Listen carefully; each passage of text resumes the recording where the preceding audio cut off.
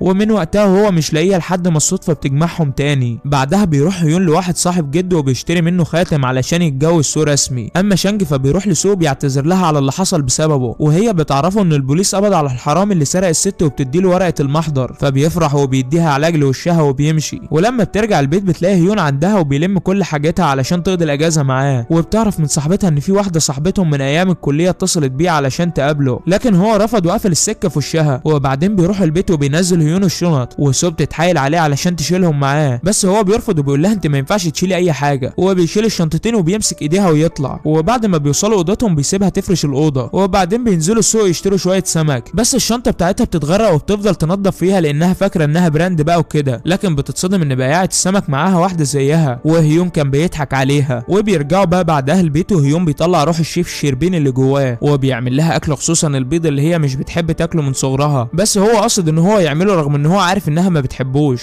وفي الاخر ناوي يقول لها انت جربتيه قبل كده؟ اكيد انت عارف الشغل ده يعني. وبيطلعوا ياكلوا قدام البيت، وبعد ما بتاكل سو بيعجبها الاكل بتبعت له رساله وبتقول له انها ما فرحتش في حياتها زي دلوقتي. وبعدين بيخرجوا يحتفلوا بعيد راس السنه وبيشوفوا الصواريخ وهي بتفرقع في الهواء، ومره واحده بيطلع هيون الدبله وبيلبسها لها، وهي كمان بتبقى جايبه دبلتين وبتلبسه الدبله اللي هي جابتها، وبيكونوا هما الاثنين ساعتها طايرين من الفرح. ولما بترجع سو البيت بتفضل تصور في الدبله بتاعه قرة عينها وما بتعرفش تنام من الفرحه. وفي اللحظه دي لارا بتبقى واقفه قدام البيت وبتتصل بهيون علشان تحتفل معاه، بس هو ما بيردش عليها. وتاني يوم بيصحوا هما الاثنين بدري وهيون بيغطي الزرع بتاعه علشان لو الدنيا شتت، وسو بتقلب في التليفون على ميعاد الفيلم علشان يخرجوا مع بعض، بس هيون بيفاجئها انهم هيروحوا السينما بالليل. وبنيجي لميعاد الخروجه وبتبقى سو لابسه احسن هدوم عندها وفرحانه ان هو هيخرجها، بس بتستغرب لما بتلاقيه بيشيل كرسيين معاه وهم ماشيين. وبتعرف سو بعد شويه ان اهل القريه عاملين سينما على الضيق كده، وكل واحد بيجيب الجماعه بتاعته وبيروحوا يتفرجوا على الفيلم من غير ما يدفعوا فلوس. فبتقول له سو طب ايه لازمه الشياكه اللي انا عاملاها دي؟ وبتروح البيت تلبس البيجامه الجميله وبتجيب البطانيه معاها وبتروح، وبتحط الماسك على وشها حاجه في قمه الفخامه يعني، وبتقعد جنبه على الكرسي وبتلاقيه عمل لها اكل وجايب مشروبات اكنه جاي يتفرج على فيلم بجد، وما بيبقاش هيون شاغل دماغه بحاجه غير انه يخليها مبسوطه. وبعد ما الفيلم بيخلص بيخليها تستنى قال يعني هيرمي الاكياس اللي معاهم في الزباله، بس بيبقى محضر لهم فجاه. هو جايب لعبتين وبيعرضهم على الشاشه جنب رساله رومانسيه حاجه في اخر الدلع يعني، بس صاحبتنا دي مش وش دلع بتكون نامت اصلا. ساعتها الغلبان بيحط لها اللعبتين على رجليها وبيصورها وهي نايمه، وبعدين بيشيلها يوديها البيت. وفي اليوم اللي بعده بنشوف هيون بيعيد ترميم اللوحه اللي اشتراها منها وهي بتنظف المكان حواليه. ومن الناحيه التانيه بتبقى لارا رايحه القريه علشان تأجر بيت جنبه علشان تقدر توصل له، بس معدتها بتتعبها في الطريق وما بتلاقيش حد تتصل بيه غير سو علشان تلحقها، فبتقفل المكالمه سو لما بتعرف مكانها وبتسيب منبه جنب هيون علشان ما يفضلش شغال لوقت طويل. وبتروح للارا على طول تنقلها للمستشفى. ومن الوقت ده سو ولارا قرروا ان هم يبقوا اصحاب، وبتشكرها لارا علشان جات لها بسرعه، بس سو بتقول لها انها كانت جنب البيت. فلارا بتلاحظ الدبله اللي في ايد سو وبتعرف انها متجوزه، ومن شكل الخاتم بتتاكد ان جوزها اغنى منها، وبتحكي لها حكايتها مع هيون بس طبعا من غير ما تقول اسمه. وما فيش ثواني وبيتصل هيون على سو بتعرفوا انها مع واحده صاحبتها في المستشفى وهترجع على طول. وتاني يوم بتروح سو البنك والمديره بتعمل اجتماع وبتشكر سو على مجهودها طول السنه، وكل اصحابها اللي كانوا قاعدين فضلوا يسقفوا لها. ومن الناحيه التانيه بيروح هيون وشانج حفله الدفعه بتاعتهم في الكليه، وطبعا دفعه هيون كلهم اشتغلوا وحققوا كارير كويس الا هو. اما سوفا بتلعب لعبه اونلاين مع شانج وبتخليه يفتح المايك علشان تسمع كلام اصحابهم على هيون، وفجاه بيظهر واحد في الدفعه بيكره هيون من ايام الكليه وبتسمعه وهو بيتنمر عليه، فبيتعصب شانج وبيتضايق منه كان لسه هيضربه، بس بيلاقي هيون بيمسكه بيقول له ما تاخدش على كلام السفهاء. سو بقى بتفهم ان كل دفعته بيهتموا بالفلوس وبتبعت له بوكيه مليان دولارات بدل الورد، وبتخلي شانج يديله التليفون وبتقول كلمتين حلوين في حقه. ساعتها كل اصحابه بيتصدموا من المفاجاه. كمان بيلاقي واحده جايبه له ورد وبتقول له يروح قاعه الرسم علشان في واحده عاوزه تقابله. فبيروح هيون وهو مبسوط لانه مفكر ان سو هي اللي مستنياه هناك في قاعه الرسم، بس بيتصدم لما بيلاقي لارا هي اللي في القاعه ورسمه صورته كمان. وساعتها بيحط الورد بتاعها على الترابيزه، وبتبقى لارا مفكراه مستنياها طول الفتره دي، بس هو بيصدمها وبياخد القلم وبيرسم خاتم الجواز على ايده. وهنا لارا بتقوم مجلوطه ساعتها، وبتاخد اللوحه تقطعها وبتسيبه وتمشي. وبعدها بيقف معاه المدرس بتاعه بيقول له انه عاوزه ومجهز له شغل في شركه كبيره، لانه من ساعه ما اتخرج وهو متحجج ان هو قاعد مع جده، ودلوقتي جده مات وهو ما عندوش حجه. بس هيون بيعرفه ان هو اتجوز وهدفه اللي جاي انه يكون اسره سعيده. ومن الناحيه التانيه بتكون سو صاحبتنا قاعده في مكتبها، وبيدخل واحد عليها هدومه متبهدله وبيقول لها ان هو عاوز ياخد قرض، وده علشان يفتح مكان يعرض فيه اعمال النحت بتاعته. ولما بتخلص شغل بتروح تتغدى مع صاحبتها اللي بتدخل نفسها في كل حاجه بينها وبين هيون، وبتقول لها تروح السينما معايا يتفرجوا على فيلم علشان العلاقه بينهم تتطور. وبتقاطعهم لارا وبتتصل بيهم علشان يروحوا يقعدوا معاها في الكافيه، وبتبعت فيديو هيون علشان تعرفوا مكانها. بس هو بيتصدم لما بيلاقيها قاعده مع لارا، وبيتعصب وبيفضل يخبط المسامير في الشجره اللي عنده في البيت، وده زي ما جده عوده من صغره انه يطلع غضبه وبعد كده ينسى اللي حصل عشان ما ياثرش على حياته. وبعد كده بترجع له سو لما بتخلص سهرتها وما بتبقاش في وعيها بسبب عصير الليمون اللي هي شربته، وبتقرب منه علشان تدوقه الزبيب، بس بتتكعبل وبتترمي في حضنه. وعادي يا جدعان هي مراته يعني. ساعتها سو بتفوق وبتتحرج وبتجري، بس هو بيوقفها وبيقول لها انت مراتي ولا شكلك متعوده؟ فبتقوم رد عليه وبتعرفه انها مش هتخليه يتجوزها غير لما يلبس نضاره دهب ويقول لها كلام رومانسي. هم مش المفروض اصلا متجوزين ولا هم بيضحكوا علينا ولا؟ بس الواضح ان عصير الليمون بيعمل اكتر من كده. صاحبنا بقى بيصحى الصبح يطلع النضارات اللي عنده علشان يلونها ذهبي، وبيلاقي شانج جايله علشان ياكل ولابس نضاره ذهبي، فقام قايل له والله انت وفرت عليا مجهود وتعب، وقام عين النضاره بتاعته واخد النضاره بتاعت شانج. وفي اللحظه دي بتطلع سو علشان تروح الشغل، وبتلاقيه لابسها وبتضحك عليه كده وبتمشي. وبعدين بتخرج سو بتلاقي لارا قدامها، وهنا كل واحده بتعرف علاقه التانيه بهيون، لكن سو بتبقى واثقه فيه وبتخليه يتكلم مع لارا علشان ينهي علاقته بيها، وبتروح تستناها في العربيه. بس لارا الخنزيره بتفضل تزن عليه علشان تخليه يطلق سو، وده بعد فتره الهدنه لدرجه انها بتراهنه ان علاقتهم هتفشل. لكن هيون بيقول لها انا مراهن على علاقتنا، وبالاخص لما سابها زمان كان مراهن ان هو هيطلع كسبان. وبعدها بتنزل لارا تركب العربيه مع سو، وبتفضل تستفزها طول الطريق. ولما بتوصل البنك بتقول لها روحي مشي بقى، وبتلاقي الراجل اللي كان عاوز القرض واقف لها قدام البنك، وبتاسف لها لانه ضحك عليها علشان هو عاوز القرض يعالج بيه امه. بس سو بتبقى حنينه كعادتها وبتمشي له القرض. وبالليل بقى بترجع سو قدام القريه وبتبعت لها صاحبتها انت ناويه تعملي ايه مع هيون. وبالصدفه بيكون هيون كان بيلعب رياضه ولسه راجع من بره، فبيشوفها من ازاز العربيه وبيخبط عليها، فبتتخض سو وبتنزل من العربيه تقول له عملت ايه مع لارا يا بتاع لارا انت؟ فبيرد عليها ويقول لها مين لارا دي؟ انا ما اعرفهاش، انا ماليش غيرك. وبياخدها وبيطلعوا البيت. واول ما طلعوا كان لسه رايح يدوقها الزبيب، بس بتحبطه وبتقول له ان معدتها تعبانه، وبتقوم تجري على اوضتها. فبيروح يحضر لها حاجه تشربها، وبيدخل اوضتها يشيلها علشان تبات معاه في الاوضه. وتاني يوم بيصحى قبلها وبيحضر لها الفطار كالعاده، وبيفضل يقول لها كلام حلو كمان وهي بتاكل. اما لارا فبتبقى في المستشفى علشان تشوف نتيجه التحاليل بتاعتها، والمساعده بتجيب لها صور الديكور اللي هتصور قدامه بس ما بيعجبهاش. ويشاء القدر ان النحات اللي واخد القرض من سو يكون في المستشفى، وبيسمعهم بيتكلموا وبيديهم نصايح في الديكور. ولما لارا بتلاقيه فاهم بتعرض عليه انه يشتغل معاها، وساعتها هو بيكون طاير من الفرحه، وبيروح على طول لسو يفرحها ان هو هيسدد القرض في ميعاده، وبيعرفها انه هيروح كليه الفنون الجميله ويشوف رسام يساعده في التصميم. فبتعرفه سو انه جوزها رسام كويس وهتعرض عليه انه يساعده. وبترجع البيت بالليل تلاقيه عامل انوار في كل حته، وكمان بيقابلها قدام الباب وبياخدها وبيدخله، وعلى طول بتحكي له قصه النحات وبتوري له الشغل بتاعه، وبتطلب منه ان هو يساعده. طبعا ما بيقدرش يرفض لها طلب، وكالعاده بيقطع كلامهم الحلو حد بيخبط على الباب. فبيخرجوا يشوفوا مين، وبتصدموا لما بيلاقي لارا هي اللي بتخبط، وبتعرفهم كمان ان هي سكنت جنبهم. فهيون بيسيب الحريم مع بعض يغيظوا في بعض، وبيدخل يحضر الاكل. وبالليل لارا بتعرف سو ان هيون عنده جرح في ايده من زمان ومحدش يعرف قصته غيرها، وبيفضل الموضوع شاغلها. ولما بينام بتمسك ايده علشان تشوف الجرح ده، لكن هيون بيصحى فجأة وبيمسك ايديها. وبعد شويه بتقلب في صورها زمان وبتلاقيه واقف وراها في صوره منهم، وبتطلب منه انها تتصور معاه، بس هو بيقول لها انه ما بيحبش يتصور. فبتقوم زعلانه منه وبتروح تنام. وتاني يوم بيصحى هيون يلعب رياضه كالعاده، وبتستغل لارا الفرصه وبتطلع تجري جنبه وبتشاور لسو علشان تضايقها. فسو بتقوم داخله لابسه اوتفيت حي الاشجار علشان تخليه ما يبصش لحد غيرها، وبتعرفه انها من بكره هتطلع تلعب رياضه معاه، ومن النهارده مفيش غير رياضه وجيم. وبعدين بيروح معاها يوصلها الشغل، وبتفضل سو طول الطريق تدور على اي حاجه علشان تتخانق معاه، لانه مخبي عليها حكايه الجرح اللي في ايده. حتى لما بيوصلها بتنزل بسرعه علشان ما تاخدش منه الاكل اللي هو عامله. فبينزل وراها وبيديه لشانج يديهولها، وبيروح يقابل النحات اللي بيفرح جدا لما بيقابله. اما سوفا بتاخد شانج وبتخليه ياكل الاكل، وبتحاول تجرجره في الكلام علشان تفهم منه حكايه الجرح ده، بس هو بيحور عليها وبيقول لها ان هو ما يعرفش، وبيقول لها ان هيون ما قالش لحد على الحوار ده غير لارا، وكنا واقفين لما كانت سو متضايقه من هيون علشان مخبي عليها حكايه الجرح اللي في ايده، وكانت بتسال صاحبه. هو بالله صاحبنا من الناحيه التانيه عند النحات وبيحاول يجرب انه ينحت تمثال، لكن ايده بتهتز وما بيقدرش يشتغل، استغفر الله العظيم طبعا يعني. ساعتها هيون بيتضايق وبيفتكر لما كان صغير واتعور في ايده وهو ماسك الخشب وايده اتغرقت دم، وهنا بقى بنعرف سبب الجرح اللي كان في ايده. وبعدين بيقول للنحات انه هياخد اللوحه اللي صممها يضيف عليها تعديلات ويجيبها له تاني. هو بيطلب منه كمان انه يعرض التمثال بتاعه في معرض الصناعات اليدويه اللي عاوز يعمله، لكن رغم ان التمثال بيكون غالي على النحات لانه كان حلم جده، الا انه بيوافق في الاخر انه يعرض له التمثال. وبعد ما بيمشي هيون بتتصل لارا بالنحات وبتقول له ان التصميم عجبها وعاوزه تعمل منه 60 نسخه، فبيفرح جدا النحات بس بيعرفها انها هتاخد وقت مش هيقدر يخلصها في الوقت المطلوب اللي هي عاوزاه، فبتقول له ممكن يتعملوا بسهوله بالمكن يعني، ولكن ده بالنسبه للحرفيين عار لان طول عمرهم بيعملوا الحاجه بايديهم وعمرهم ما اعتمدوا على المكن. ساعتها بيزعل لانه عارف ان هيون مش هيوافق على الكلام ده. وبالليل بقى بترجع سول البيت وبيكون هيون مستنيها علشان يصالحها وبيقعدها تاكل، لكن صاحبتنا مره واحده بتقوم متضايقه، وده لما بتلاقي لارا منزله ستوري الفنجان مكسور وبتلاقيه موجود على الترابيزه، وبتتحجج ان عندها شغل وبتقوم تدخل اوضتها. وتاني يوم هيون بيخرج بالعجله وبيقابل لارا وهي مستنياه بالعربيه، وبتطلب منه ياخدها وراه، وطبعا هو كالعاده يعني هيرفض. هو بينادي على بتاع الامن يركبها السكوتر وراه وبيفضل يضحك عليها. وبعدها بيروح هيون للنحات علشان يوريه التصميم، وبيتفاجئ باللي بيقوله النحات، وبيطلب منه يوافق لانه محتاج فلوس علشان علاج ابوه وكمان علشان يدفع القرض اللي واخده من سو، لكن هيون برضه بيرفض لما بيلاقيه بيستغل ان سو نقطه ضعفه وبيسيبه ويمشي. فبيتصل النحات بسو يعرفها انه مش هيقدر يدفع القسط لفتره، وبيعرفها اللي حصل بينه وبين هيون كمان، فبتقفل معاه وبتروح لهيون تفهم منه سبب رفضه، وبتعرفه ان حياتها المهنيه في خطر لانها ما كانش المفروض تقبل القرض بتاع النحات، وبتطلب منه انه يوافق على طلب النحات. بس قبل ما تكمل كلامها بتلاقيه مقطع التصميم. ساعتها بقى الهرمونات بتقوم شغاله وبتقلب الموضوع نكد، وبتقول له انها عارفه انه ملحقش يحبها وكل حاجه بينهم حصلت بسرعه، وبتسيبه كمان وتمشي. فبيزعل هيون من كلامها وبيمسك الشاكوش وبيكسر في الخشب اللي موجود هناك، وبتجيله لارا بسرعه لما بتسمع صوت علشان تطمن عليه، بس للاسف سو بترجع في الوقت ده وبتشوفهم مع بعض وبعدين بتمشي وهي زعلانه. اما هيون فبيبعد عن لارا وبيديها النسخه اللي عملها للمكن واللي هو ملحقش يقول لسو عليها اصلا، وبيتخانق مع لارا علشان خلت النحات مضطر انه يوافق على طلبها علشان الفلوس. في اللحظه دي بيمسك تليفونه وبتكون سو بعتله رساله انها عاوزه تتطلق، ما هي شغلانه بقى، فبيروح بسرعه البنك يدور عليها، لكن شانج بيقابله وبيعرفوا انها في اجتماع بره، فبياخد رقم واحده من اللي معاها وبيتصل بيها علشان مش راضيه ترد عليه، فبتقوم واخده التليفون وبتعرفه انها عاوزه تاخد فتره تفكر في الموضوع وبتقفل معاه. وتاني يوم بتحس سو بصداع وهي راكبه العربيه وبتروح للمستشفى، واول ما بيعرف يوم بيروح لها على طول علشان يطمن عليها، وبتبقى هي خايفه ان عندها كانسر بسبب الصداع وشعرها اللي بيقع، لكن هيون بيهديها وبياخدها وبيدخل للدكتور، فالدكتور بيقول لهم يروحوا يعملوا اشعه الاول قبل ما يشخص حالتها، وعلى طول بيروحوا يعملوا الاشعه وبيخرجوا يتكلموا بره على ما نتيجه التحاليل تطلع. وسو بتقول له يطلقها لو طلع عندها كانسر علشان بتحبه ومش عاوزاه يتعذب، وكمان لانها حاسه انه مجبور على الجوازه دي لانه مش عاوز يحكي لها على كل اسراره، ومفكره انه كان عاوز ينتحر بسببها، لكن هو بيقعدها جنبه وبيعرفها السبب وانه من ساعتها ما بيقدرش يشتغل في النحت، وبيعرفها انه غير رايه في مشروع النحات علشان خاطرها لانه عارف ان لارا عامله كده وقصدها هو. ساعتها بتحس سو بقيمتها عنده وبتفرح جدا، وبعدين بيدخلوا للدكتور وبيطمنهم ان ما عندهاش حاجه، وان الصداع اللي عندها بسبب اللعب في التليفون لفتره طويله، وطبعا لو امها واقفه هتقول لها ما انا قلت لك كده من زمان. وكمان الدكتور بيقول لها تلبس نظاره وتبعد عن التليفون لفتره، فبيرجعوا البيت وهيون بيلبسها النظاره وبيسحب منها التليفون لحد ما بتزهق، وبتجري علشان تاخده بس هو بيسبقها وبياخد التليفون قبلها. وفي اللحظه دي بتلاقي شانج باعت له رساله علشان يلعب معاه، والا يقوم متصل بصوت روح تلعب معاه هي، فبيقفل هيون التليفون بتاعه. والتاني يوم بعد ما بيلاقيها زهقانه بيجيب لها اللعبه بتاعته وهو صغير تلعب بيها، ولما بتخلص بيطلعوا يتمشوا في الحديقه، وبيوريها بيت الكلاب بتاعته وبيخليها تاكلهم بايديها وبيخليها تتصور معاهم كمان، وبيقول لها على فكره محدش جه هنا قبل كده. وبالليل بيقوم منزل الصور دي ستوري وبيشوفها شانج ولارا وحفيد الجد جون، وبتاخد صوت تليفون منه وبتعرفه ان جون عامل لها اد،